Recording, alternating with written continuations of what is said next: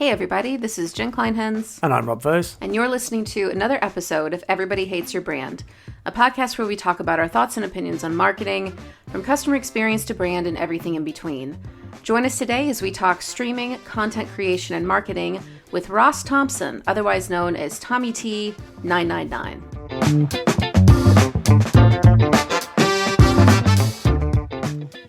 So a couple of weeks ago, we spoke to Eric Folio, who's European Marketing Director for video game publisher Square Enix. And we talked about some of the kind of seismic changes that have impacted gaming and presented opportunities for brands to add new tools to their marketing toolkit.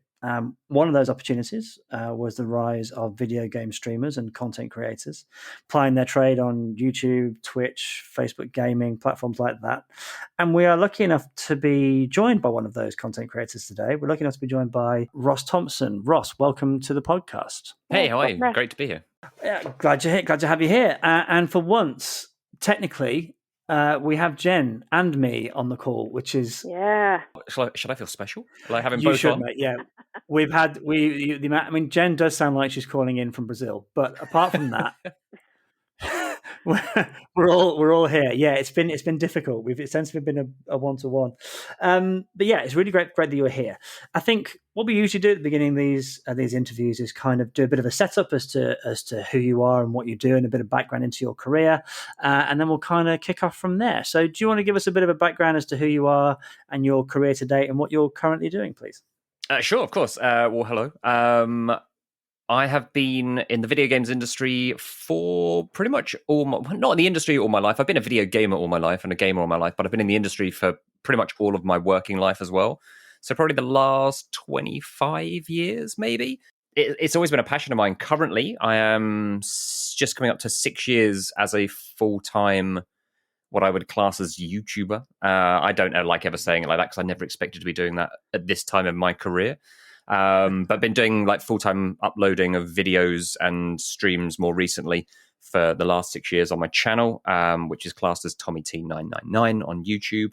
And before that, I worked for Game doing pretty much every part of commercial, I would say. Then kind of got given new projects, so like new business, digital, introducing digital into a retail business, which is kind of where the video production came into it, which I'm sure we can go into more detail later on. And then from there, Multiplay went through the process of working with the business to purchase Multiplay, who were an esports and events company and a server management company. Absolutely. And then for those who don't know, they do the Insomnia events. Yes. Or they did. Yes. Well, they still do, I think, yeah. Obviously not maybe at the moment. Yeah, no, at the moment it's a little bit more difficult. But yeah, so that was really interesting to see that side and then get a real interest in esports. And then I was the early start of how do we get esports into retail outside of it being an Insomnia event. So which I think then built into what was then released as Belong within gaming stores and game stores. And then, moved on to, it's a strange one. I never thought I'd be doing YouTube full time, but then, 5 years ago. Yeah, let's explore that a bit. Yeah. What was it? What was the kind of catalyst? What was the trigger for you saying, do you know what, I quite fancy making some content and try and make a go of this? So it started out making content for game when we started trying to do digital. We used to send out PowerPoint presentations to a store to basically try and tell them what digital content was being released. And I was like, no one's reading this. No one's going to take any notice of that. So I started creating videos that we would send to the stores instead, which gave them a bit of a trailer, a bit of information, the dates and when it was going to release and all of the information they would need. So hopefully that they would watch that over reading something, because everyone now will be far more engaged in something if you watch it or given something to watch than you are given something to read on paper.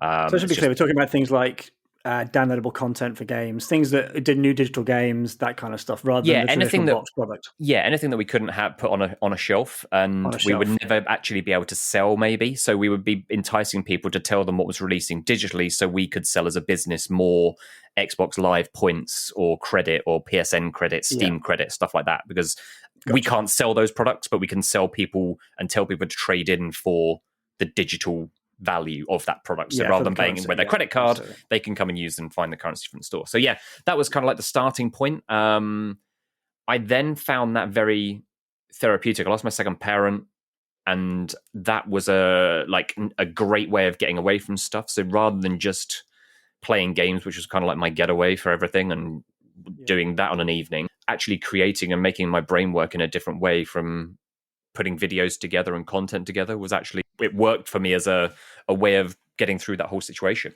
So yeah, that's why I continued to make the videos. Game then didn't. I said to Game there was an opportunity to make this a full-time role, but they didn't want that. They wanted me focused on the esports side of it. So I stopped creating content for Game and multiplayer, but then continued to do it when I got home from work. How long we worked at those offices, but I'd get home and do a video every single day on my channel. And for a year, I did a video every single day. So 365 days, a video every day. And I'd basically get home from work, play something or create something that would then be the content for me to make the video the next day. And then, so through the evening after eating, I'd make the video, play games, get some content, and then do the same thing the next day. And I got to 1,000 subscribers after a year.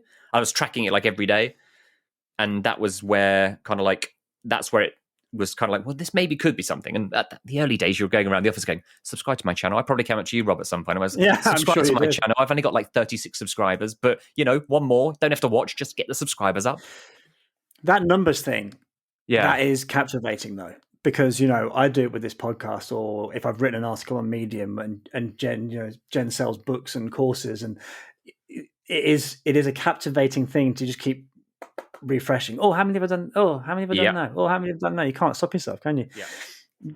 And that consistency, I think, seems to come up time and time and time again with content creators, that it isn't just a flick a switch and you've got thousands of people watching you. The consistency of just doing it every day, even if you don't want to do it, that consistency of doing it every day is so important. It seems like in building an audience. I think there is that. Like, there's very much the whole algorithm thing, but no one really knows what the algorithm wants, and it changes on a daily basis depending on which platform you're on. But there is a consistency thing that will basically reward you and hopefully grow a community, because the community will expect that from you, and they will continue and hopefully then tell other people about it. What you do have nowadays, though, and because we're talking probably 5 or 6 years ago when I started doing that, and now you would say there are other ways into this that you can become far more successful far quicker, and it's far more difficult to be successful on the platform because it is so much easier for everybody to do it. You don't need a powerful PC. You can do it from your phone. You can do it from your console now directly. You can stream pretty much at a click of a button with anything. You don't have to have the camera or any, like all back when I started doing it. You'd need the PC. You'd need the really good internet. You'd need like a load of other stuff to really make it work, and that's why a lot of people weren't doing it. Whereas now it's an accessible form, and even through this current last year, the amount of people that were probably been unfortunately furloughed through work who have seen the opportunity to stream every day or create content every day and then prove to themselves that it can be a living. But the other way is there's so much more collaboration, or there are groups of teams, esports teams that now have content creators on board, and it only takes one of them to start pushing someone. Like if suddenly PewDiePie just turned around tomorrow and said, this is the person you'll follow, that person will probably get 1 million subscribers within the first month over someone trying to do that. Like I'm still nowhere near 1 million, and mine goes down just as much as it goes up. Yeah, I imagine though the point of you're talking about lower barriers to entry now from a streaming perspective, and you think about you can just stream from your console now, without even thinking about it, can't you? Play PlayStation or Xbox, whatever it might be. But I also imagine that means the competition's more as well, so it might be easier to do, but I imagine it's harder to make yourself stand out, which is why having an audience that you've built already. Do you think that helps you in that context? It does, yes, but it also doesn't in ways, because it's a really strange one, because things change so much. I've built up this audience, but I built up this audience around, in probably 3 years ago, it was probably over 4 or 5 key franchises: Call of Duty, FIFA, Rocket League, Rainbow Six. Kind of like those were like the key ones that were working for me. Black Ops 3, Call of Duty was the one that kind of blew the channel up. But as soon as you try and tweak or pivot the type of content that you want to create, it's very difficult. And I can put up a gameplay video, which is exclusive content. Only maybe 50 people in the UK have got that content. It might blow up and do 100,000, 300,000 views. It might do 1,000 views, because it all depends on the pickup and the algorithm, or the people, there's also obviously everyone will always moan about no one gets notified about your videos after a consistent amount of time. But it's great having the community, don't get me wrong. Having that there, knowing that those numbers are there, I know if I have the right content, I can switch on that amount of people and probably pick up hopefully 1 million views on a video or a piece of content as quickly as possible in that time. And that's kind of like the process you're always working on. You've always got to look for that next thing that is going to hopefully be relevant to your community, because trying to grow your community, the challenge I've got is I've got probably 250,000 people that are there for Call of Duty. I've got probably 50 to 100,000 that were there for the FIFA, 150,000 that were there for Rocket League, and I've not done Rocket League for 2 years. So those people, are they interested in the other games? Probably not. That's probably why you will always see a drop-off. So it's always looking for what is going to work from a content piece on your channel, but also make sure that, for me, you have to enjoy what you're doing. You cannot. Well, that was what I was going to ask you. Like, how much of it is a balance in your head between creatively, this is what interests me, versus this is what's going to bring in the numbers, given that this is your living? It's changed over the last few years. Like for 4 years, I did a video every day. So even if I went on holiday, I'd have 2 weeks worth of videos that I'd have to have whilst I was away, if I was away for 14 days. The content I was creating, which were classed as kills or plays of the week of certain games or goals of the week, I could probably arrange a week's worth, because I was always looking for people to send in their best clips. So I would do a week's worth of content prior to leaving, but then whilst I was on holiday, I'd be working on the evenings while everyone else was out enjoying themselves or doing stuff, creating the next 7 days of content. So I'd have to take all of my gear with me, like my mic, I'd had a reasonably good, powerful laptop that could do it, and I'd be creating on the go. And that was the same if you were away on trips or going to things like E3 or doing anything elsewhere. So every day you needed to have something ready to go.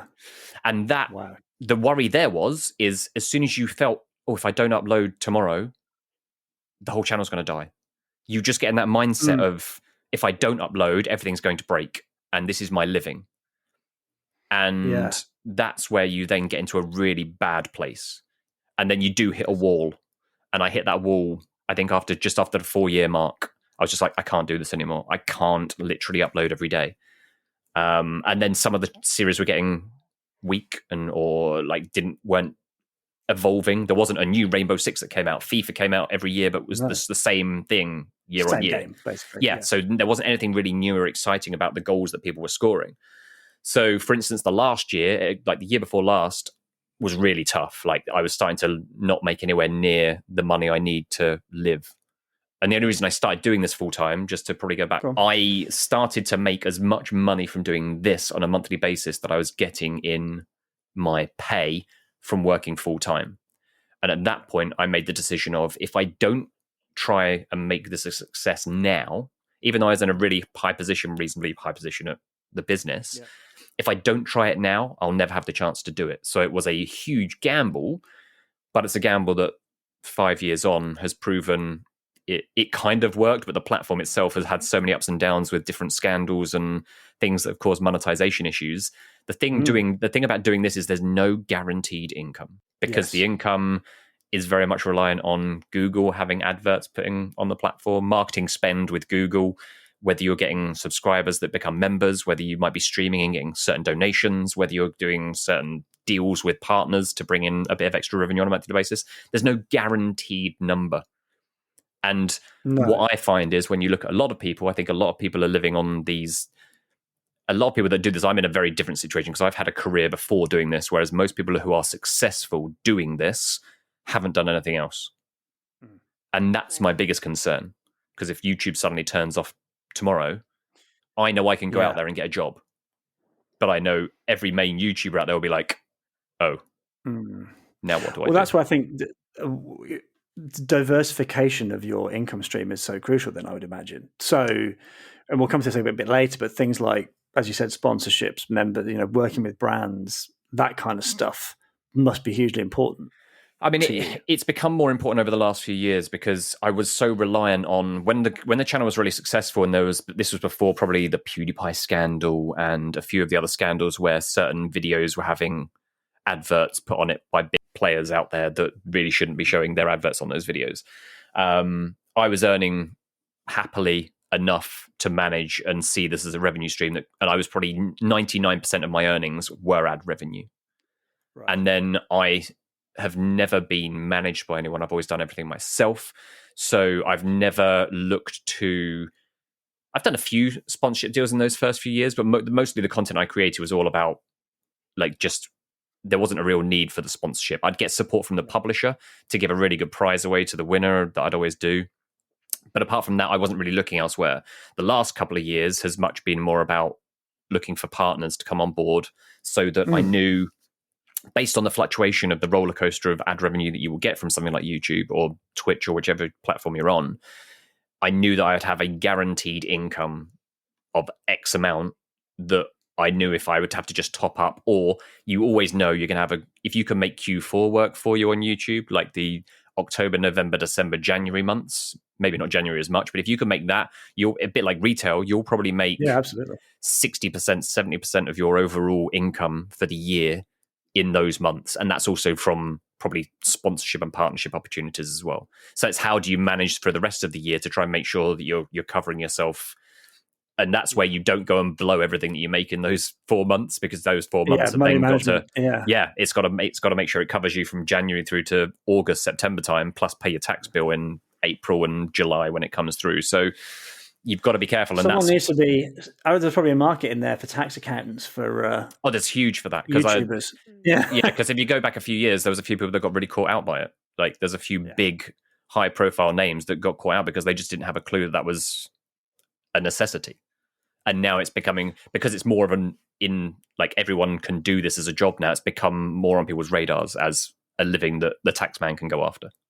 Yeah. Well, it's interesting looking at looking through your videos from the years. As you said, you started off kind of creating almost like these compilations of the best content and that kind of stuff. Yeah. In the last, I don't know, year, 2 years, have you tell me, but you've dived a lot more into streaming rather than but as well as creating videos. So it's gone from kind of you creating compilations to you being in front of the camera to you creating an audience and all that kind of stuff.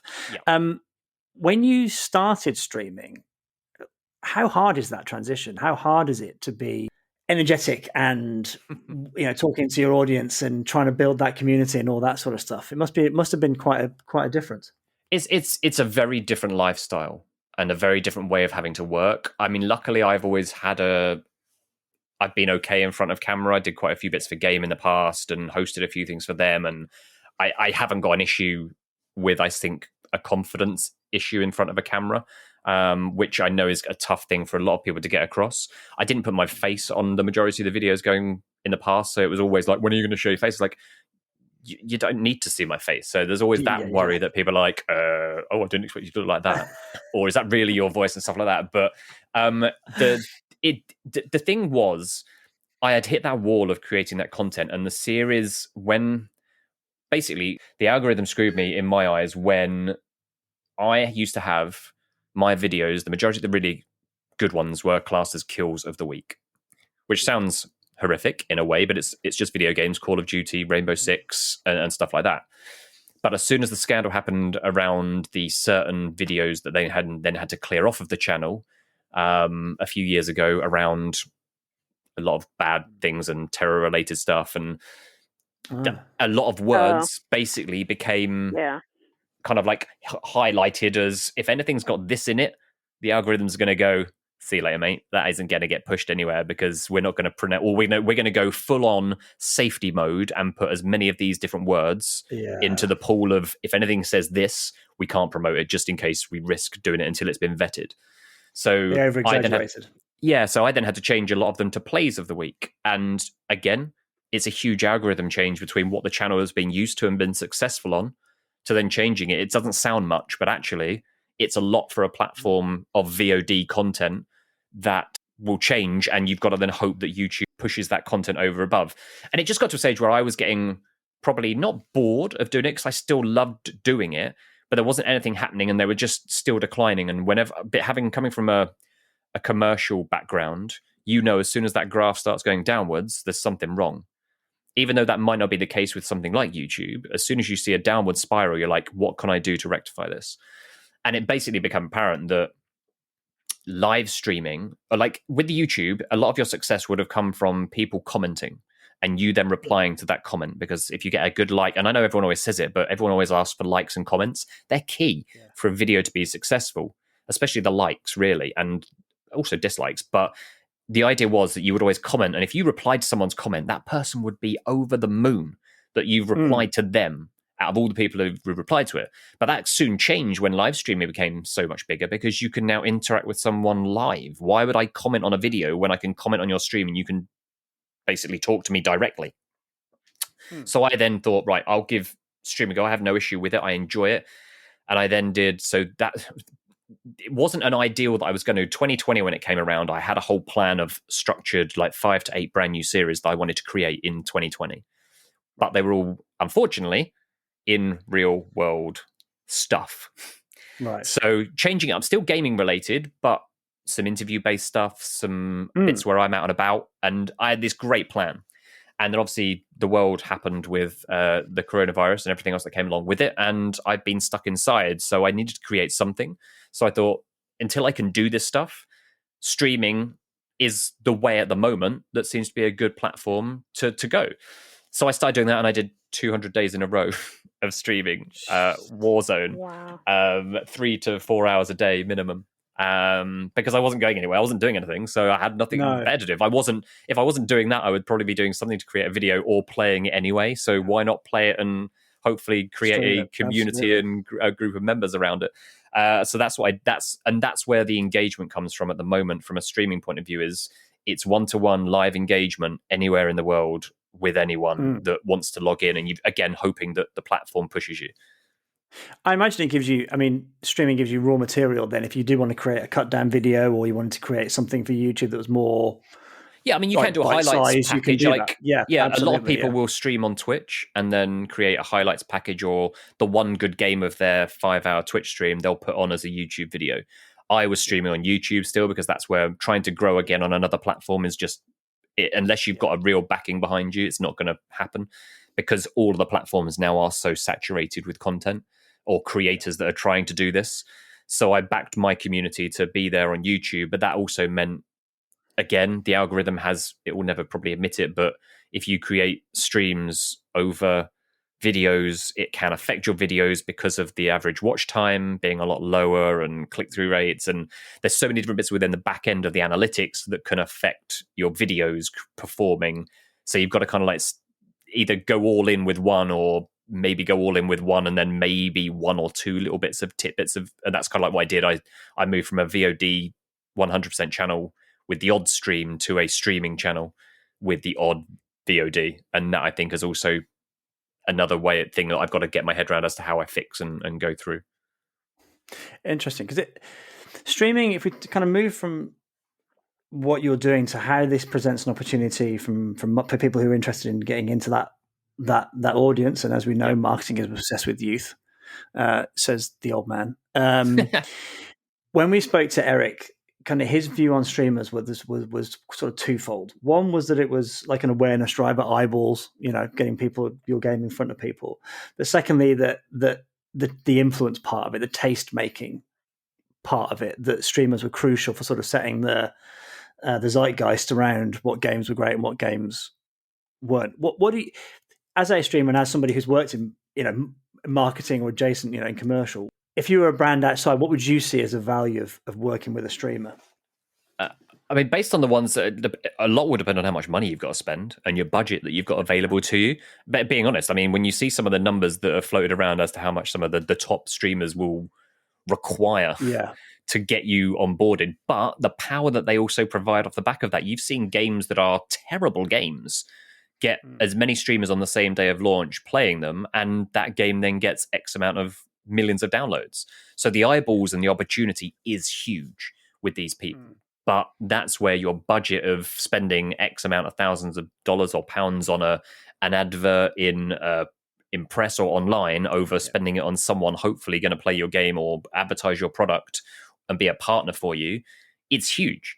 And I think it has to be taken seriously. That you just have to look at the numbers that YouTube and Twitch, as two key platforms, are pumping out there of the hours and hours watched. I think in last year on both platforms is ridiculous.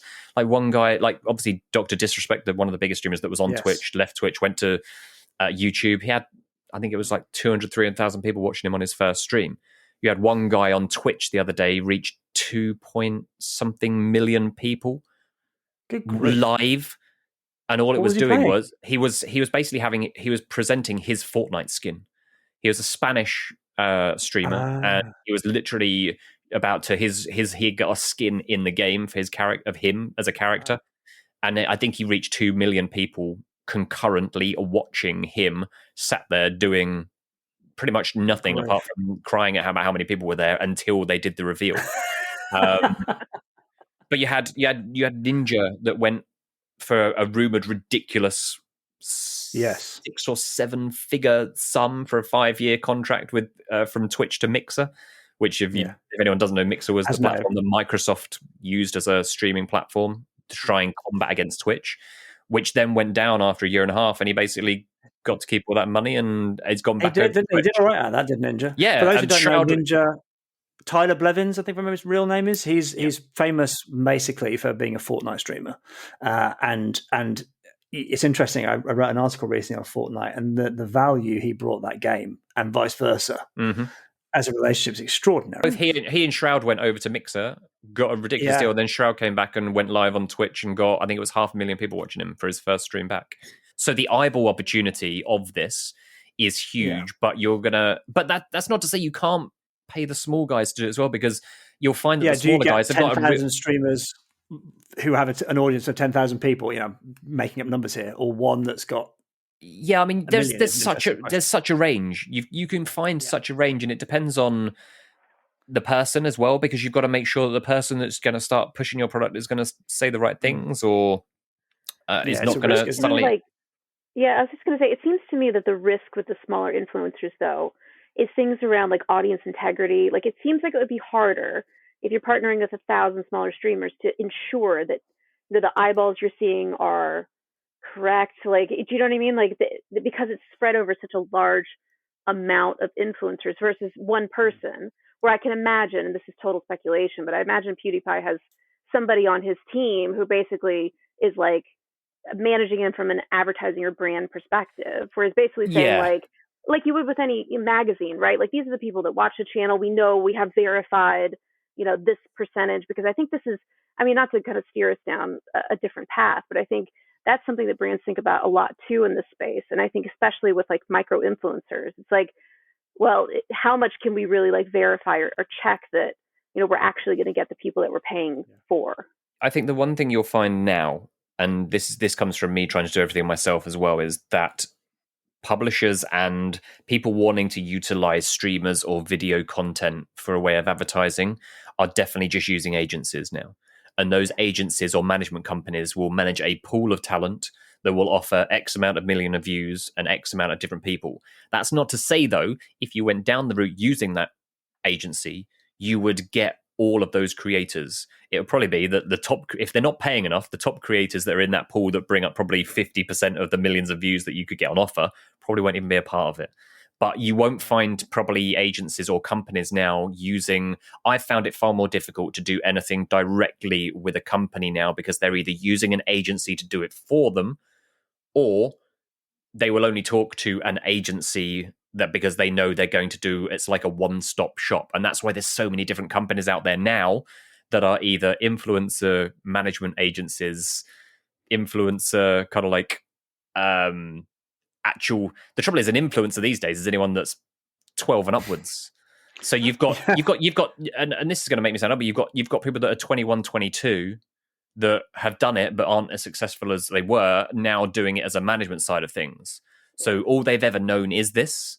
So you'll also go to a lot of these companies that are run by people that used to do it and probably think they know everything about it, but they've probably not got any commercial or marketing background outside of what they learned at school, university. So is that why you chose to go direct, because of your commercial background? Did you feel that you had the commercial nous already in place in essence? in the early days, I had a good relationship with a lot of suppliers coming out of like the game retail industry. The downside was they weren't the right contacts for me to do the stuff that I wanted to do, but they were entry points, the doorway in. And I always felt I'm already like I used to have what was classed as an MCN, which is an agency that would put better adverts on your videos over what Google would do. And that was a big thing back probably 4 or 5 years ago, which most people have moved away from as well. And they would take a percentage of your revenue. So every month they would basically supposedly get you a higher CPM, which is the cost per 1,000 views on your videos, but they would take a percentage of your overall revenue, depending on the deal that you've got with them. And that could be anything up to like 20 or 30% of your earnings. When you know that YouTube are already taking 55% or whatever it is of the actual ad revenue that they're making, you just get the leftover bit. So I was always like, I'm already giving away a little bit of money here. I've got the information, I've got the knowledge, and I've got what I think are the right kind of like contacts to be able to make this work without going down the management route. That kind of worked for me. I would say now, if I looked at it, I've still got those good relationships with people. I'm still doing everything on my own, but I also feel I've probably given away a lot of stuff for free over the years because I was more than happy just to be a part of something. Rather than if I've been with part of a management agency, I might have got actually a cut of a revenue pool of money that was put into that agency to be a part of making sure all these creators came on board. I was just happy to be invited, but that's probably just my my nature, as it were. So, how do you currently work with brands then? You know, because for those of you who have not gone onto Ross's YouTube channel, I recommend you do. There is a fantastic, we were talking about this earlier, 8-hour stream. You don't have to watch all of it. With him going for a world record attempt. What was the one? It's to fill a Panini football Premier League football sticker book as quickly as possible. Was it not? Yeah. So one of the new ideas that I was having, I got one Guinness World Record about 2 or 3 years ago when I did something with them. They did a live stream event in London, and it was me and a couple of other creators that got invited, and we got a Guinness World Record there and then. And since I've had that certificate, I've just been like, I want more. Like, I want more Guinness World Records. So I've always been thinking of random things, but I wanted to try and keep it gaming. And then I just came up with this random idea that the new Panini game came out, and I used to love those. Even when we did them at Game, we'd always like get a couple of boxes and just basically sit there and do stickers on lunchtime and breaks. But I've always loved them. So I was like, I wonder if I speak to Guinness World Record, will they allow me to, if I can get hold of 4 boxes of stickers or however many boxes of stickers, and just sit there for as long as it takes to go from start to finish of like unpacking them as quickly as I can and sticking them in as quick as I can. And I was like, I was happily going to purchase this. And I did purchase a couple of the boxes. So I then went to Guinness World Record, and they were like, it sounds good, but we'd need you to, it's too much of a random opportunity or a random way that someone can create the record. So what if you did have all of the stickers and you basically, it was the quickest time to stick in the whole album of stickers, like from 1 to 642. And I was like, okay, that'll work, but I don't want it to be here's sticker number 1 to sticker number 642, just do this stream. So I was like, okay, I can do both of these, but just apply for the record the way that I'd gone about it. So we did. I literally spoke to Panini. I just literally contacted them directly. I just contacted them directly. I DM'd them on Twitter. I had a quick look on LinkedIn. Did a couple of just working out who would be the best person to speak to. Told them a top line of what I wanted to do, and I said, "Would you be happy, or would you be able to support in any way?" And they said, listen, I mean, we'll happily support if you can. And they sent me a book and 2 boxes of stickers, and nice. I then purchased another couple of boxes. So I was like, I don't think that's going to be enough, but I was happy to do that. And then I just literally, and they didn't ask for this, but because they did that, I made sure any post on social media or Instagram, I tagged them in it. And I also basically added their logo onto the whole 8-hour stream. And hopefully we'll get a world record off the back of it. It's currently sat with Guinness World Record to confirm. Adjudicating. They're basically adjudicating the stream and everything about it. And if they are happy with it, they'll then create a world record. And I will then apply for that world record because hopefully no other person has randomly gone out there and completed a sticker album in an hour and 16 minutes. Cool. From so that kind of thing, that was you had an idea and then approaching a brand. Yeah. What other stuff did you have, like almost like a rate card in your head? Do you kind of say, okay, if you want a sponsored video, it's this. If you have sponsorships, I know with people like Astro and Nighthawk and Cyberpower and all that sort of stuff. Product placement. What are the kind of opportunities that brands would have with you as a content creator? So over the year, like the last few years, I had a year deal with Elgato, who I love their products. I use them all the time. They create amazing products for streamers and creators, whether it's lighting or classed as stream decks or camera stuff. Honestly, their stuff is just amazing. I always used it. And I've always been a fact of the amount of rubbish you get asked to do or offered. And most people might just accept all of it. I probably accepted or turned away probably 90% of everything that was ever sent to me, because I don't want to advertise mobile games. I'm not going to sell myself out because it's just going to affect my community.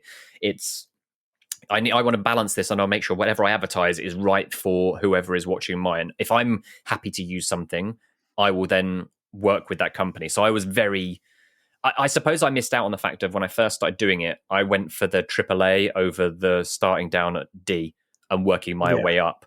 I'm not going to start with one company that makes a keyboard or mouse so I can hopefully get to work with the company at the top that I'm working for. I just went straight for the top. And if it didn't happen, I was like, maybe one day it will, but I don't want to risk the fact of not getting there because of doing the other stuff.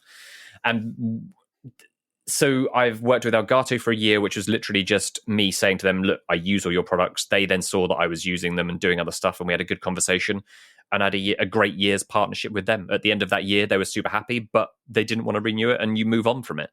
And I'm like, okay, that's fair enough. We might work together. I'm not going to not use your products. I'm still going to promote your stuff. That's fine. So, and same with Netgear. I always use their routers. They were quite local to us, actually, from where I live. And started working with those guys through their agency, and did a year in through the Q4 period. They had a new router out, but they don't want to advertise all year round. They've got a new product they want to push. That's when they probably want to advertise for that in a 3-month window. So I did something through a Q4 period in 2018, and then again this year for their new router.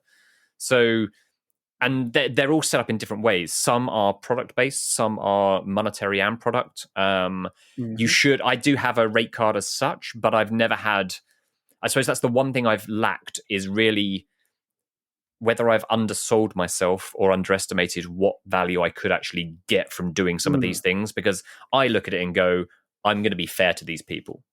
But then I actually think about it and I'm looking at myself going, man, these guys, I knew what they used to pay for a rate card and to have a poster in a window in a store, or what they wanted to pay for an advert in a newspaper. And I then look at that and go, well, I'm offering way more eyeballs than that when you look at the numbers, but I was still probably an eighth of what they would have paid for that. So I've basically priced myself in a way that I don't want to.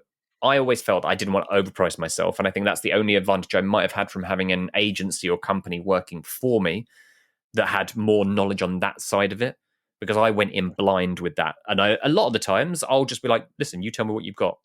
And if it works, I'll work with you. I'll happily work with what you've got available, because I want to build something. I was always about building a larger, longer term relationship than just a one-hit wonder of we'll do this for this amount. I wanted something that if it was right, could we build something that's a 3 to 6 to 12 month plan that could then benefit us both all year round? Okay. Well, look, I'm conscious of time, so I've got one last question for you. Okay. What's the future? What's the plan? Where is Tommy T 999 in, I don't know, let's say 3 years' time?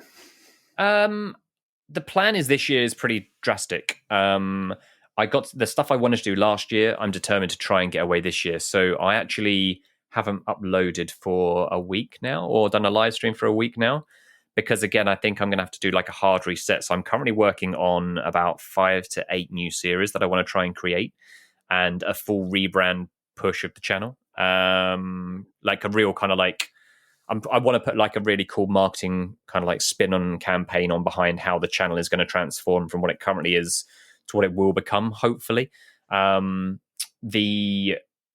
It's all gaming related still, but a lot different type of content. I've had good conversations with my YouTube partner manager, and he feels that they're like the series are great ideas. The challenge is going to be getting people on board based on the current climate that we live in, and whether they're even going to be possible, because of people might not let anyone go to visit certain places until everything's over, or it's going to be a tough one. So the ideal is that I will be able to launch these series over probably the second half of this year, and really kind of like rebuild the channel and grow for 1 million subs, get a load more Guinness World Records on board, and just have some fun with it again. And I think the opportunity is there. The ideas I've got, I mean, anyone can do them if they came up with the ideas as well. So it's all about just refreshing the content. And if not, do you know what? I've had a great run of 6 years full time, and I won't not have this channel, and I'll always be able to do stuff with it. And who knows what that might be in 3 years' time. But I'm also open to working on other things, working back into esports. I still have that. As I say, I'm the ambassador for an esports, the esports awards, and also part of their panel. So I've done that for the last 4 or 5 years. And I'd love to maybe explore that. But I think whatever I'll be doing, I will hopefully still be on YouTube as a platform, because I feel the content, if I can create what I want to create, I think the long-term goals and opportunities, I tasked myself with 2 YouTube original series. If you don't know what they are, they're kind of like the series that YouTube actually fund and support producing. And I think that's kind of like the level that I want to get to, which is a dream. But I've always said to myself, if you don't dream, never dream too small. Dream for as high as you can get to and achieve what you can. And you've got to believe in yourself to do that. And if you don't take that risk, I've always been, if I don't take the risk to do this full time, I wouldn't be sat here chatting to you about the last 5 years of what I've done on the platform. I'd probably still be, I'd probably been made redundant from a retailer or something like that is going through furlough and stuff. So I've just got to always believe that what I've got in my mind and I can set myself to do it, I can actually go ahead and actually achieve. And that's kind of like, I'll always set myself that. If it doesn't work, I know how much money I need to live each month and I know what I need to do. So if it means that I have to go and get another job, do you know what? I'm open to that as well. I feel like I've got quite a good overall vision of commercial and retail plus this side of the world as well now. I just hope I haven't been out of the real world for too long, if that makes sense. Real world's no fun anyway. Well, look, we allow our guests at least one shameless plug, one shill for the end of every interview. Okay. So if people wanted to get in touch with you, if people want to watch your content, we'll put these in the show notes as well. But where should they go? I mean, the YouTube channel is just Tommy T 999. I mean, all the other information is pretty much in the description of every video that I post in there. All I'd say is, if you want, the only other place I'm really trying to push is probably Instagram, which is actually everything else is under Tommy T 999 on pretty much every platform, apart from Instagram, where there's always some random person who doesn't use the platform that's got your name. So on Instagram, I'm the Tommy T 999. But that's what I am at the moment. I think that won't change. Who knows? The channel name might change. Oh, not drastically, but secret squirrel information right there. Maybe. Oh, wow. I feel privileged. You got a little bit of a. When you make a rampant success of it, we'll have you back on. And I'd love to. Well, look, it's been an absolute pleasure. Thank you for spending time talking to us. It's greatly appreciated. No worries at all. Thank you for inviting me. It's been an absolute joy to actually speak to some other people as well in the in the current world. Well, you did it. You've wasted another perfectly good half an hour or so with Rob and Jen and Ross Thompson and the Everybody Hates Your Brand podcast. Again, you can find us on everybodyhatesyourbrand.com and your podcast platform of choice. Have a week. Take great care and be vigilant.